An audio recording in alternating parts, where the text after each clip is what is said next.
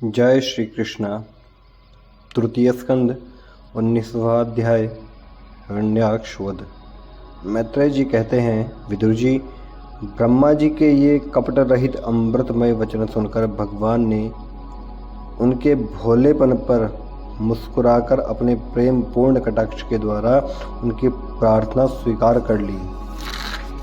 फिर उन्होंने झपटकर अपने सामने निर्भय विचरते हुए शत्रु की ठुड्डी पर गदा मारी, किंतु हिरण्याक्ष की गदा से टकराकर वह गदा भगवान के हाथ से छूट गई और चक्कर काटती हुई जमीन पर गिरकर सुशोभित हुई। किंतु यह बड़ी अद्भुत सी घटना हुई। उस समय शत्रु पर वार करने का अच्छा अवसर पाकर भी हिरण्याक्ष ने उन्हें निरस्त्र देखकर युद्ध धर्म का पालन करते हुए उन पर आक्रमण नहीं किया। उसने भगवान का क्रोध बढ़ाने के लिए ही ऐसा किया था। गदा गिर जाने पर और लोगों का हाहाकार बंद हो जाने पर प्रभु ने उसकी धर्म बुद्धि की प्रशंसा की और अपने सुदर्शन चक्र का स्मरण किया। चक्र तुरंत ही उपस्थित होकर भगवान के हाथ में घूमने लगा, किंतु वे अपने प्रमुख पार्षद दैत्याधम हिरण्याक्ष के साथ विशेष रूप से क्रीड़ा करने लगे। उस समय उनके प्रभाव को न जानने वाले देवताओं के ये विचित्र वचन सुनाई देने लगे, प्रभु आपकी जय हो, इसे और न खिलाइए, शीघ्र ही मार डालिए। जब हिरण्याक्ष ने देखा कि कमल दल लोचन श्री हरि उसके सामने चक्र लिए खड़े हैं, तब उसकी सारी इंद्रियां क्रोध से तिलमिला उठी और वह लंबी सांसें लेता हुआ अपने दांतों से होठ चबाने लगा। उस समय वह तीखी दाढ़ों वाला दैत्य अपने नेत्रों से इस प्रकार उनकी ओर घूरने लगा मानो वह भगवान को भस्म कर देगा। उसने उछल कर, ले अब तू नहीं बच सकता, इस प्रकार ललकारते हुए श्री हरि पर गदा से प्रहार किया। साधु स्वभाव विदुर जी, यज्ञ मूर्ति श्री वराह भगवान ने शत्रु के देखते देखते लीला से ही अपने बाएं पैर से उसकी वह वायु के समान वेग वाली गदा पृथ्वी पर गिरा दी और उससे कहा, अरे दैत्य, तू मुझे जीतना चाहता है, इसलिए अपना शस्त्र उठा ले और एक बार फिर वार कर। भगवान के इस प्रकार कहने पर उसने फिर गदा चलाई और बड़ी भीषण गर्जना करने लगा। गदा को अपनी ओर आते देखकर भगवान ने जहाँ खड़े थे वहीं से उसे आते ही अनायास इस प्रकार पकड़ लिया जैसे गरुड़ सर्पों को पकड़ ले। अपने उद्यम को इस प्रकार व्यर्थ हुए देख उस महादैत्य का घमंड ठंडा पड़ गया और उसका तेज नष्ट हो गया। अब की बार भगवान के देने पर उसने उस गदा को लेना न चाहा, किंतु जिस प्रकार किसी ब्राह्मण के ऊपर निष्फल अभिचार अर्थात मारण आदि प्रयोग करे, मूठ आदि चलाए, वैसे ही उसने श्री यज्ञ पुरुष पर प्रहार करने के लिए एक प्रज्वलित अग्नि के समान लपलपाता हुआ त्रिशूल लिया। महाबली हिरण्याक्ष का अत्यंत वेग से छोड़ा हुआ वह तेजस्वी त्रिशूल आकाश में बड़ी तेजी से चमकने लगा। तब भगवान ने उसे अपनी तीखी धार वाले चक्र से इस प्रकार काट डाला जैसे इंद्र ने गरुड़ जी के छोड़े हुए तेजस्वी पंख को काट डाला था। भगवान के चक्र से अपने त्रिशूल के बहुत से टुकड़े हुए देखकर उसे बड़ा क्रोध हुआ। उसने पास आकर उनके विशाल वक्षस्थल पर, जिस पर श्रीवत्स का चिन्ह सुशोभित है, कसकर घूंसा मारा और फिर बड़े जोर से गरज कर अंतर्ध्यान हो गया। विदुर जी, जैसे हाथी पर पुष्पमाला की चोट का कोई असर नहीं होता, उसी प्रकार उसके इस प्रकार घूंसा मारने से भगवान आदि वराह तनिक भी टस से मस नहीं हुए। तब वह महामायावी दैत्य मायापति श्री हरि पर अनेक प्रकार की मायाओं का प्रयोग करने लगा, जिन्हें देखकर सभी प्रजा बहुत डर गई और समझने लगी कि अब संसार का प्रलय होने वाला है। बड़ी प्रचंड आंधी चलने लगी, जिसके कारण धूल से सब और अंधकार छा गया। सब ओर से पत्थरों की वर्षा होने लगी, जो ऐसे जान पड़ते थे मानो किसी क्षेपण यंत्र अर्थात गुलेल से फेंके जा रहे हों। बिजली की चमचमाहट और कड़क के बादलों के घिर आने से आकाश में सूर्य चंद्र आदि ग्रह छिप गए तथा उनसे निरंतर पीप, केश, रुधिर, विष्ठा, मूत्र और हड्डियों की वर्षा होने लगी। विदुर जी, ऐसे ऐसे पहाड़ दिखाई देने लगे जो तरह तरह के अस्त्र शस्त्र बरसा रहे थे। हाथ में त्रिशूल लिए बाल खोले नंगी राक्षसनियां दिखने लगी।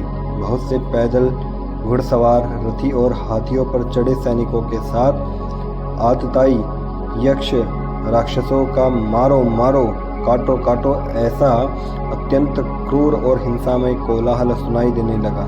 इस प्रकार प्रकट हुए उस आसुरी माया जाल का नाश करने के लिए यज्ञ मूर्ति भगवान वराह ने अपने प्रिय सुदर्शन चक्र छोड़ा।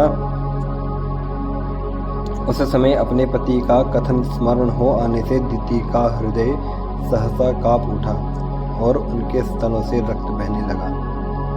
अपने माया जाल नष्ट हो जाने पर वह दैत्य फिर भगवान के पास आया। उसने उन्हें क्रोध से दबाकर चूर चूर करने की इच्छा से भुजा में भर लिया, किंतु देखा कि वे तो बाहर ही खड़े हैं। अब वह भगवान को वज्र के समान कठोर मुक्कों से मारने लगा। तब इंद्र ने जैसे वृत्रासुर पर प्रहार किया था, उसी प्रकार भगवान ने उसकी कनपटी पर एक तमाचा मारा। विश्वविजय भगवान ने यद्यपि बड़ी उपेक्षा से तमाचा मारा था, तो भी उसकी चोट से हिरण्याक्ष का शरीर घूमने लगा। उसके नेत्र बाहर निकल आए तथा हाथ पैर और बाल छिन्न भिन्न हो गए और वह निष्प्राण होकर आंधी से उखड़े हुए विशाल वृक्ष के समान पृथ्वी पर गिर पड़ा। हिरण्याक्ष का तेज अब भी मलिन नहीं हुआ था। उस कराल दाढ़ों वाले दैत्य को दांतों से होठ चबाते पृथ्वी पर पड़ा देख वह वहां युद्ध देखने के लिए आए हुए ब्रह्मा आदि देवता उसकी प्रशंसा करने लगे कि अहो, ऐसी अलभ्य मृत्यु किसको मिल सकती है। अपनी मिथ्या उपाधि से छूटने के लिए जिनका योगी जन समाधि योग के द्वारा एकांत में ध्यान करते हैं, उन्हीं के चरण प्रहार से उनका मुख देखते देखते इस दैत्यराज ने अपना शरीर त्यागा।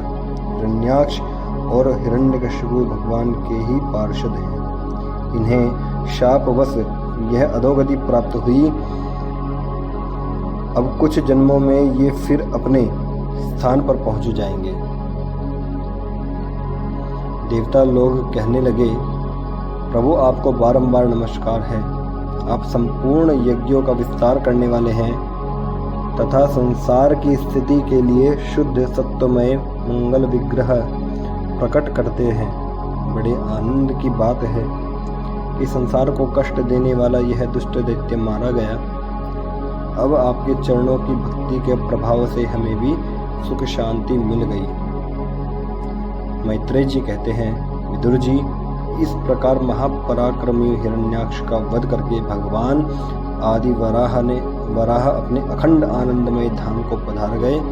उस समय ब्रह्मादि देवता उनकी स्तुति कर रहे थे। भगवान अवतार लेकर जैसी लीलाएं करते हैं और जिस प्रकार उन्होंने भीषण संग्राम में खिलौने की भांति महापराक्रमी हिरण्याक्ष का वध कर डाला, मित्र विदुर जी, वह सब चरित्र जैसा मैंने गुरुमुख से सुना था तुम्हें सुना दिया।